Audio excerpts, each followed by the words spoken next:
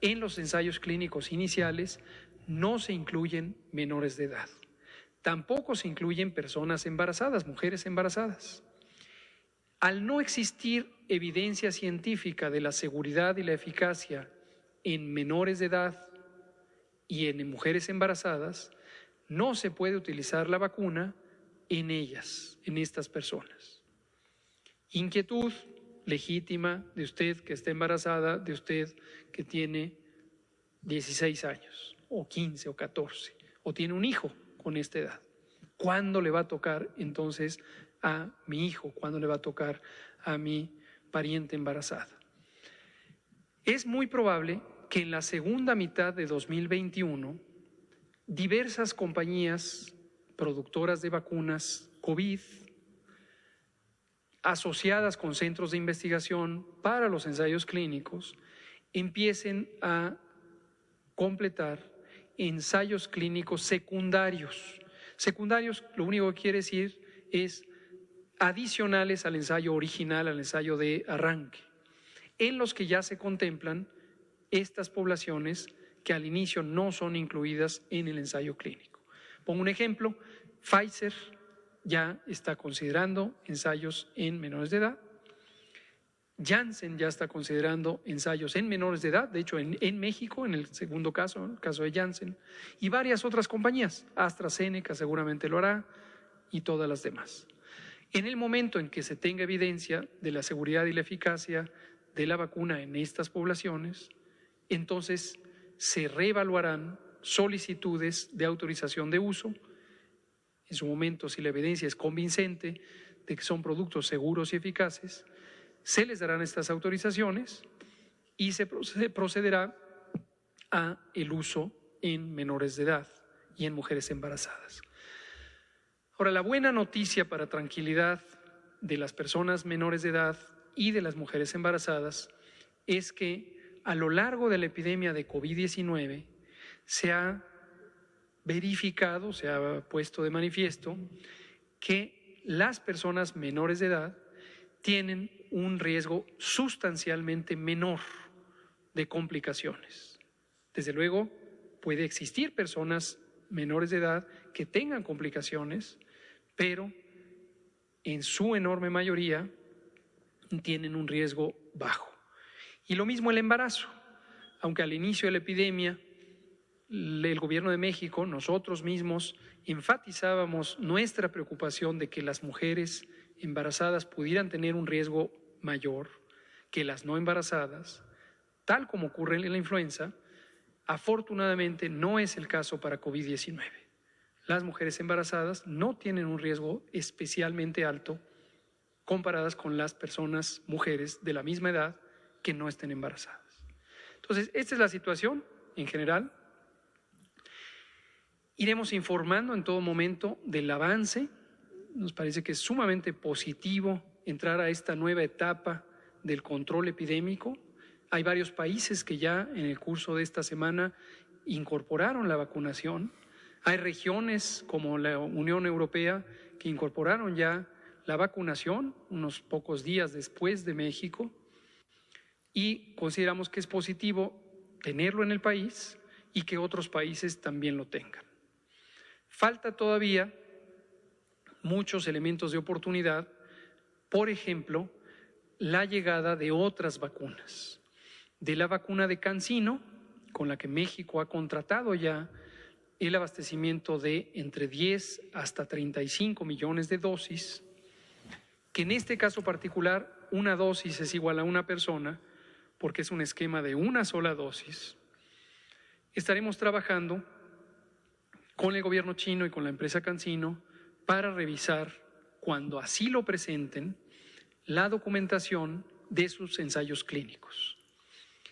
Como se conoce, en México hay unos centros de investigación para el ensayo de CanSino, que al momento ha estudiado o reclutado y están en seguimiento un poco más de 9,000 personas.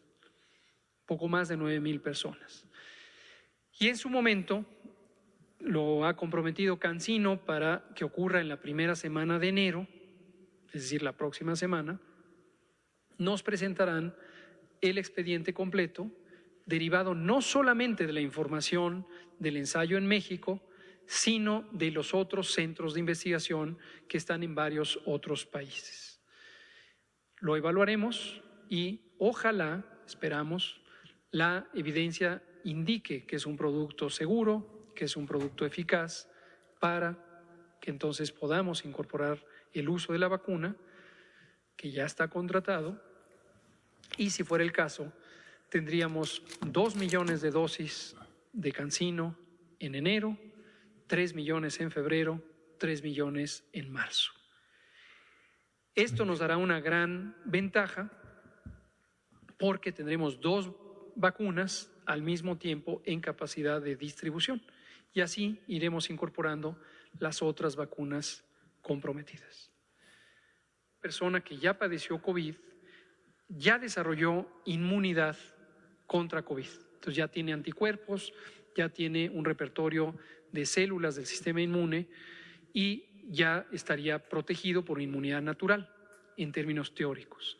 Pero como persisten a nivel científico múltiples dudas sobre la potencia de la inmunidad, la duración de la inmunidad, quiénes son quienes tienen mayor inmunidad, es conveniente que se asuma que no están inmunes y se vacunen.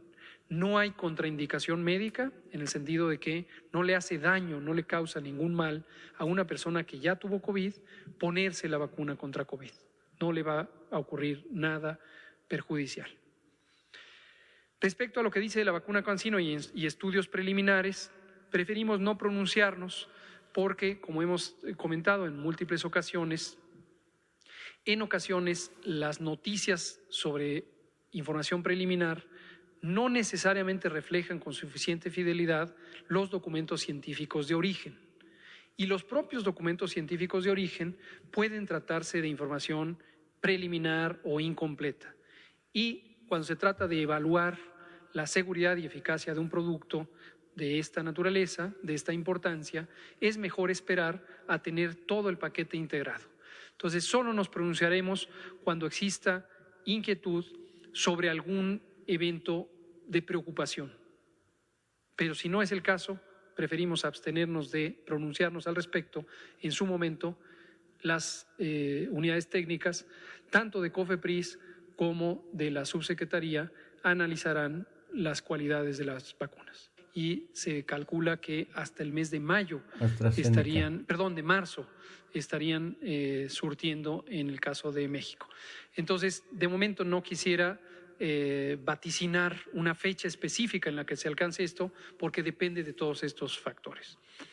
Sobre la cepa, en realidad no es una cepa, es un tecnicismo, pero se llama una variante, y esta variante se caracteriza por múltiples mutaciones. Estamos hablando de la que fue detectada en el Reino Unido en septiembre, o en casos de Reino Unido en septiembre, y que fue notificada apenas hace una semana y media a la Organización Mundial de la Salud. Estamos hablando de esta. Porque han aparecido múltiples variantes, múltiples variaciones genéticas del virus SARS-CoV-2, y algunas de ellas las hemos comentado aquí. Cuando surgió la comunicación que hizo el gobierno del Reino Unido a la Organización Mundial de la Salud, se comentó o le comentó en el informe oficial que se había identificado un 70% más de transmisibilidad de esta variante. La variante se llama variante en investigación, BOI por sus siglas en inglés.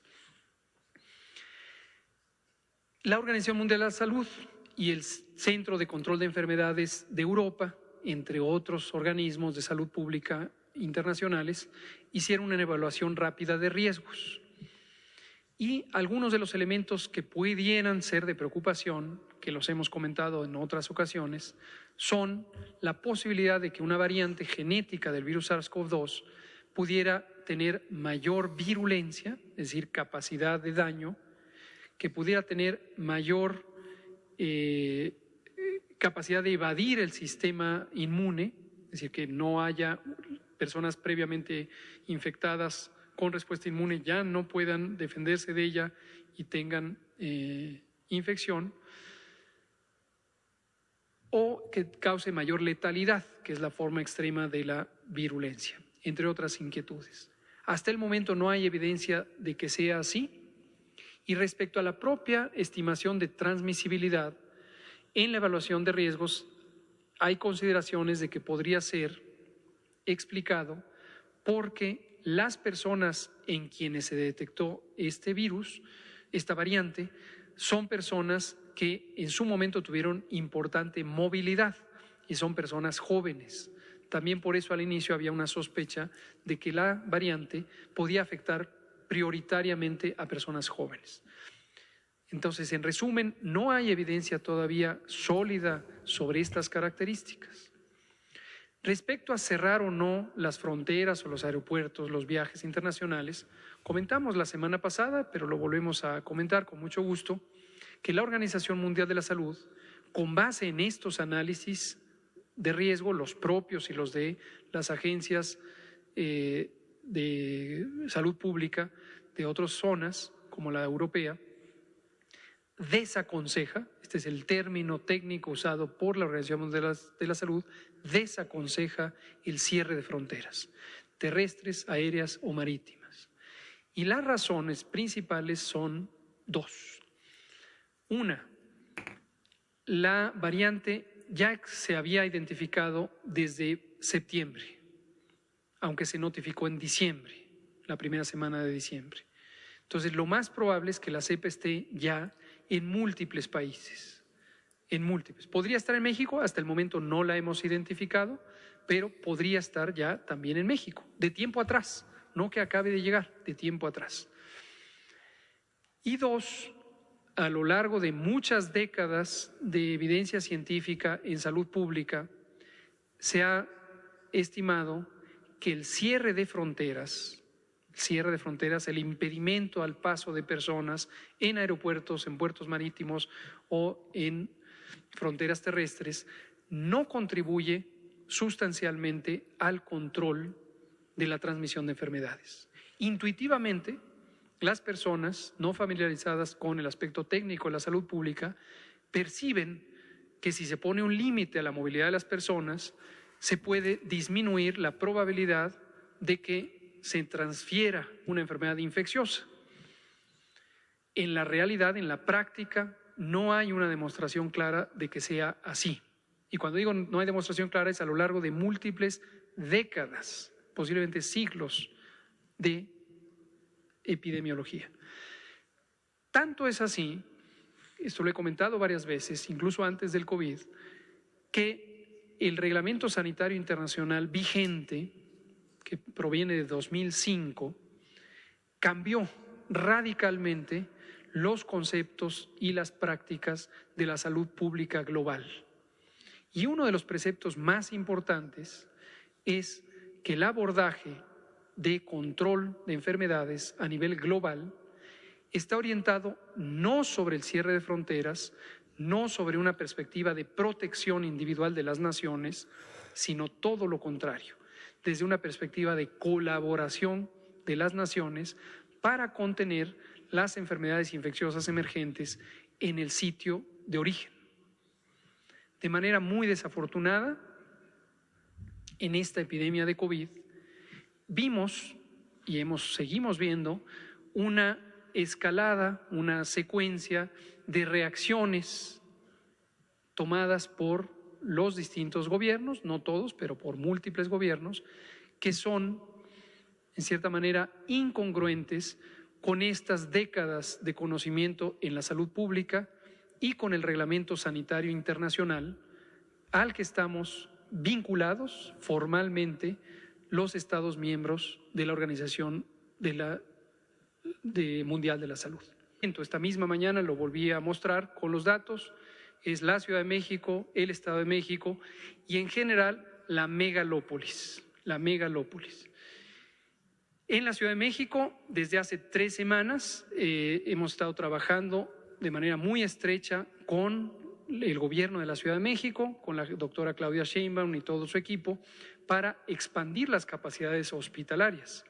Y estamos logrando que el incremento en el número de casos que necesitan hospitalización no rebase la cantidad de camas disponibles. Y hacemos un llamado, y con esto cierro, a la población para que acuda oportunamente a las unidades de salud. Esto es muy importante porque hemos visto desde el inicio de la epidemia, no de ahorita ni solo en la Ciudad de México, desde el inicio de la epidemia, casos lamentables de personas que se quedan en casa demasiado tiempo y cuando empiezan a tener complicaciones, tratan de llegar al hospital y no lo logran. Y efectivamente pueden fallecer o en su casa o en la ambulancia o en el auto. Y esto es muy triste y muy dramático. Entonces, insistimos y pedimos ayuda. Pues aquí tenemos una noticia, miren.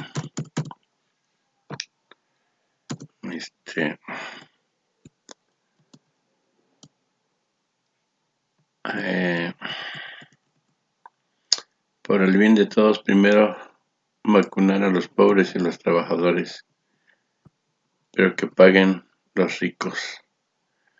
Dice que Walmart ofrece estacionamiento en México para aplicar vacuna. Empresas no planean vender vacuna contra COVID. Pues sí, si es universal, ¿para qué? En moral es tan importante el saber qué hacer como el saber cómo hacer. Es una gran noticia para los mexicanos. Contaron con un presidente como Andrés Manuel López Obrador, que ha perfeccionado durante muchos años de intensa lucha social y política las principales virtudes del líder: inteligencia y pragmatismo. En los últimos 2 días en redes sociales se desarrolló un curioso debate acerca de si los hospitales privados y las empresas en general pueden o no adquirir vacunas contra el coronavirus, desde luego en los tiempos adecuados de fabricación y cumpliendo escrupulosamente todos los requisitos exigidos por la Secretaría de Salud y a cargo de médico sabio y prudente Jorge Alcocer Varela. Leí básicamente 2 argumentos en contra de la participación del sector privado en la vacunación. Argumento burocrático, expresado sobre todo el especialista Javier Tello, quien ha dicho que como no existe un registro sanitario completo certificado por las autoridad responsable, la adquisición de la vacuna no se puede realizar mediante instancias privadas. Ese trámite, ha dicho el doctor Tello, requiere completar y documentar perfectamente y someter a COFEPRIS exactamente un dossier que incluye certificados en buenas prácticas de manufactura, certificaciones analíticas y de estabilidad, control de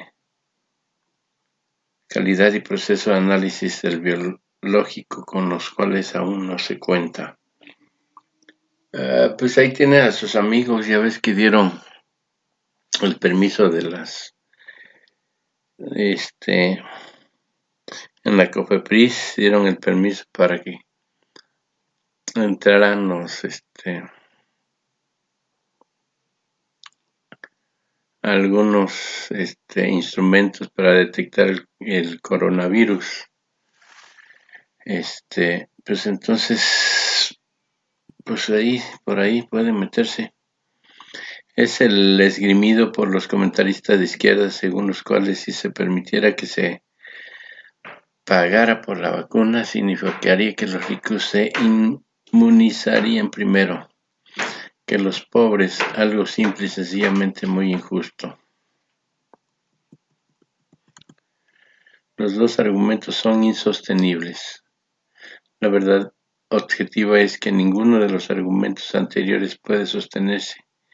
No si hay en el gobierno voluntad de hacer el trabajo correctamente, como parece ser el caso. Vacunas en hospitales privados. Si COFEPRIS no ha dado las autorizaciones para que los hospitales privados adquieran vacuna, tan sencillo como autorizarlo y tanto remedio. Si el gobierno quiere El problema se resuelve en 5 minutos. José Novelo y el doctor López-Gatell pueden superar con facilidad el obstáculo con solo proponérselo. Digo, estamos en una emergencia y la parafernalia de la burocracia puede y debe hacerse a un lado. Pues es lo que dijo, que está fuera de eso, que no hay problema, que pueden. Pero el problema es que no hay dosis todavía para el sector privado. Ahí está Estados Unidos. No pueden, no. Están empezando en Europa también, empezando por de los trabajadores del sector salud. Y no hay muchas vacunas. Los grandes países económicos, los países que están posicionados económicamente, que Estados Unidos, Francia, Inglaterra, son los que están comprando más vacunas. Las empresas agrupadas en el Consejo Coordinador Empresarial, presidido por Carlos Salazar, se acerca al subsecretario Hugo López para plantear la posibilidad de que en las mismas puedan pagar al menos 2 millones de vacunas para sus trabajadores. Lo que hacía el PRIAN era darle todas las facilidades a las empresas y olvidándose de que era un problema grave para México y que debía ser universal, y no lo hacían. Se hacían los tontos. Primero los allegados, como dice López Obrador, se saltaban las filas. Entonces, creo que ha habido un orden. Entonces,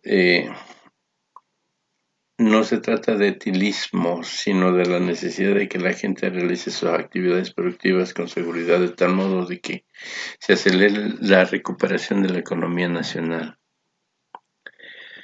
Pues sí, ¿qué más quisieran? Pero pues no crea que es tan fácil y sencillo. Hay otras farmacéuticas, otras empresas, y que todas las otras 6 tienen ya contratos con el gobierno de México para abastecer de medicamentos. No es nada más Pfizer ni CanSino. Tenemos la rusa, que también va a empezar en el mes próximo, de enero también. Y hay otras 5 todavía que se tiene el contrato. Entonces ya están en proceso de la COFEPRIS para autorizar. Entonces, pues es una buena noticia para México. Entonces, por aquí le dejamos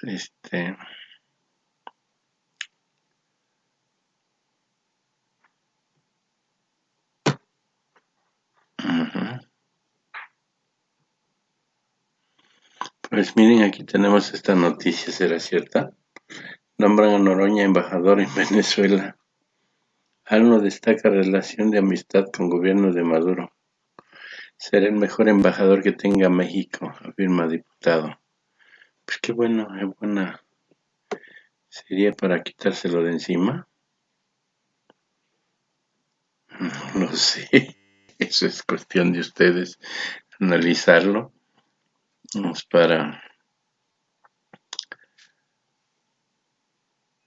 Fue el Día de los Inocentes. El diputado federal, ahora con licencia, fue nombrado por el presidente como nuevo embajador. Eso fue ayer, creo, pero lo sacaron ahora. Feliz Día de los Santos Inocentes. Ahí está. No se le creyeron. No, pero para nada.